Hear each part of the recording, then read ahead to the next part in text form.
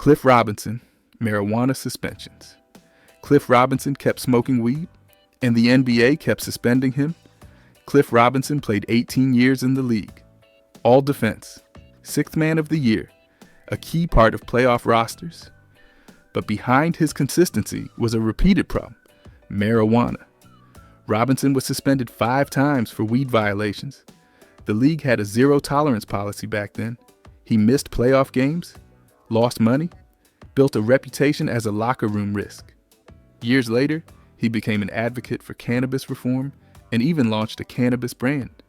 But during his playing days, each failed test chipped away at his value. Today's league might have treated him differently. Back then, it nearly buried him. Rashard Lewis. Steroid violation during Magic days. Rashard Lewis got caught using steroids right after making the finals. In 2009, Rashard Lewis helped lead the Orlando Magic to the NBA Finals. A sharpshooting forward with all-star numbers, he was key to their deep playoff run. But just weeks into the next season, the league suspended him 10 games for testing positive for a banned steroid. He claimed it came from an over-the-counter supplement. Didn't matter. The suspension stood. His reputation never fully recovered. Orlando never got back to the finals. And Lewis went from being a reliable veteran to a name tied to one of the league's rare steroid violations. Silent scandal. Real consequences. DeAndre Ayton. PED violation. DeAndre Ayton failed a drug test after just 1 game. The suspension came fast. The Phoenix Suns made DeAndre Ayton the #1 pick in 2018. Big expectations, bigger pressure. But in his second season, after just 1 game, he tested positive for a banned diuretic, often used to mask PED use. The NBA hit him with a 25-game suspension, no questions asked. Ayton apologized, but denied any intent. The damage was done. He missed a chunk of the season and had to rebuild trust inside and outside the locker room. Ayton still had talent, but the league doesn't forget violations like that.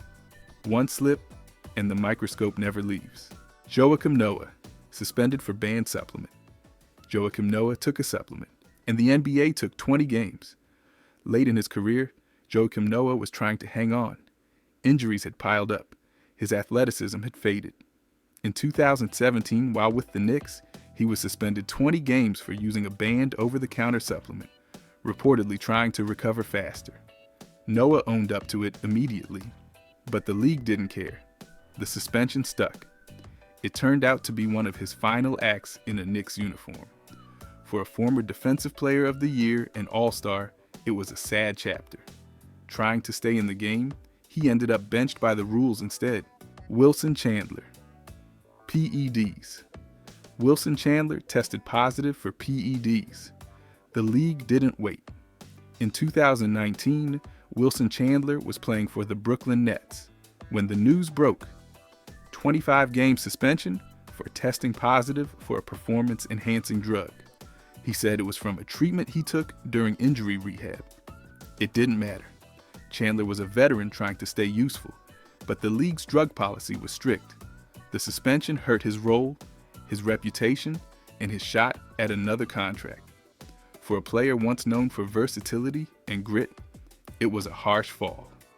In the modern NBA, even borderline PED cases carry weight and end careers quietly.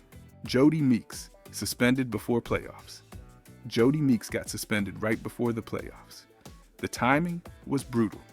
In 2018, Jodie Meeks was a role player for the Washington Wizards. Solid shooter, veteran presence.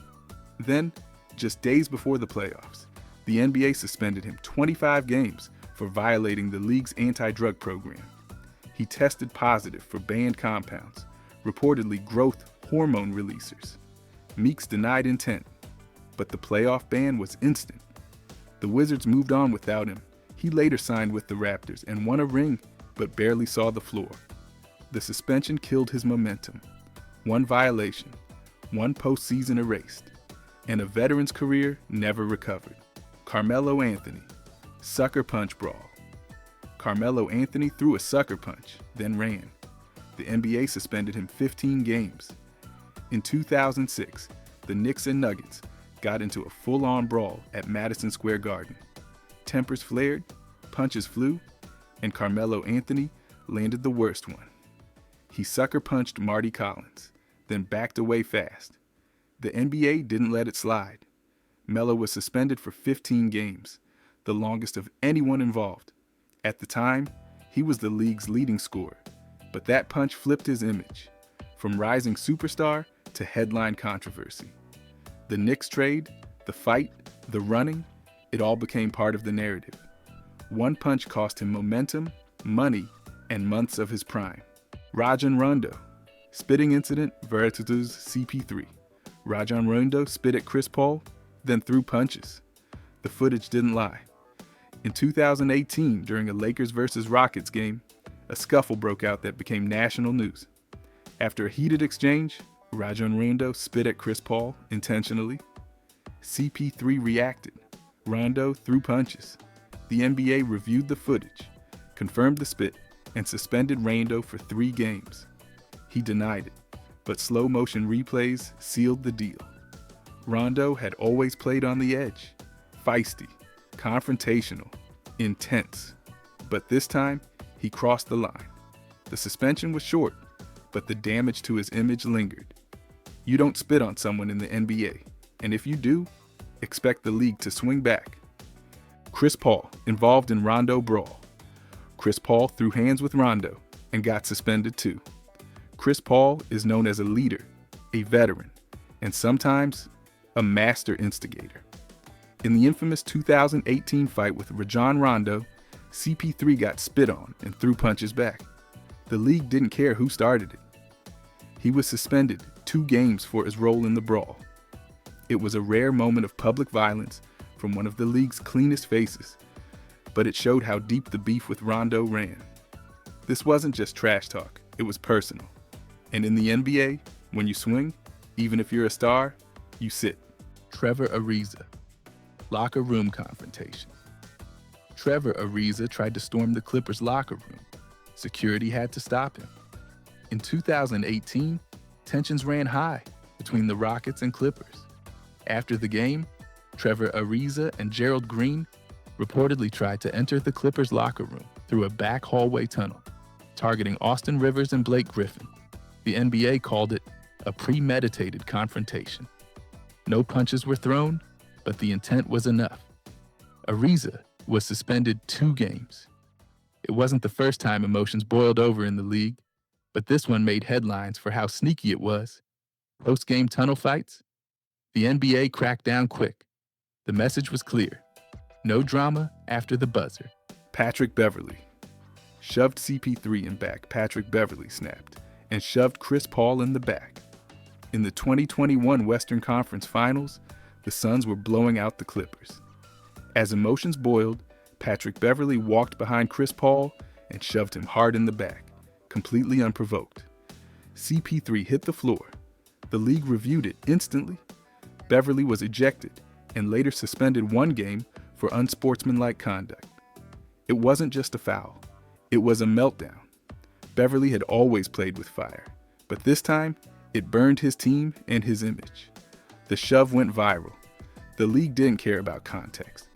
It was a cheap shot, and he paid the price. Nikola Jokic, cheap shot on Markieff. Nikola Jokic snapped and bulldozed Markieff Morris from behind. In a 2021 game, Markieff Morris hit Jokic with a hard take foul. Jokic turned and exploded, driving his shoulder into Morris's back while he wasn't looking. The hit sent Morris flying, gave him whiplash, and sidelined him for weeks. Jokic was suspended 1 game, but the fallout lasted much longer. The Jokic brothers got involved online. Tensions rose. Jokic apologized, but his MVP season now had a violent scar. Calm, calculated, dominant, Jokic showed the other side. 1 moment of retaliation cost him a game, stained his reputation, and ignited a months-long feud. Dennis Schroeder, ejected for hitting, player below belt. Dennis Schroeder hit a player below the belt, and the refs didn't hesitate. In a 2021 game versus the Jazz, Dennis Schroeder was ejected after a scuffle turned dirty. he struck a player below the waist during a heated exchange, one of the NBA's most clear-cut no-go zones. He didn't get a league suspension, but the ejection and fine hit instantly. Schroeder had built a reputation as feisty, fiery, sometimes reckless. Plays like this didn't help. The NBA uses these moments to send quiet messages. Don't go low, don't go dirty. Schroeder stayed in the league, but the clip never really went away, especially not online.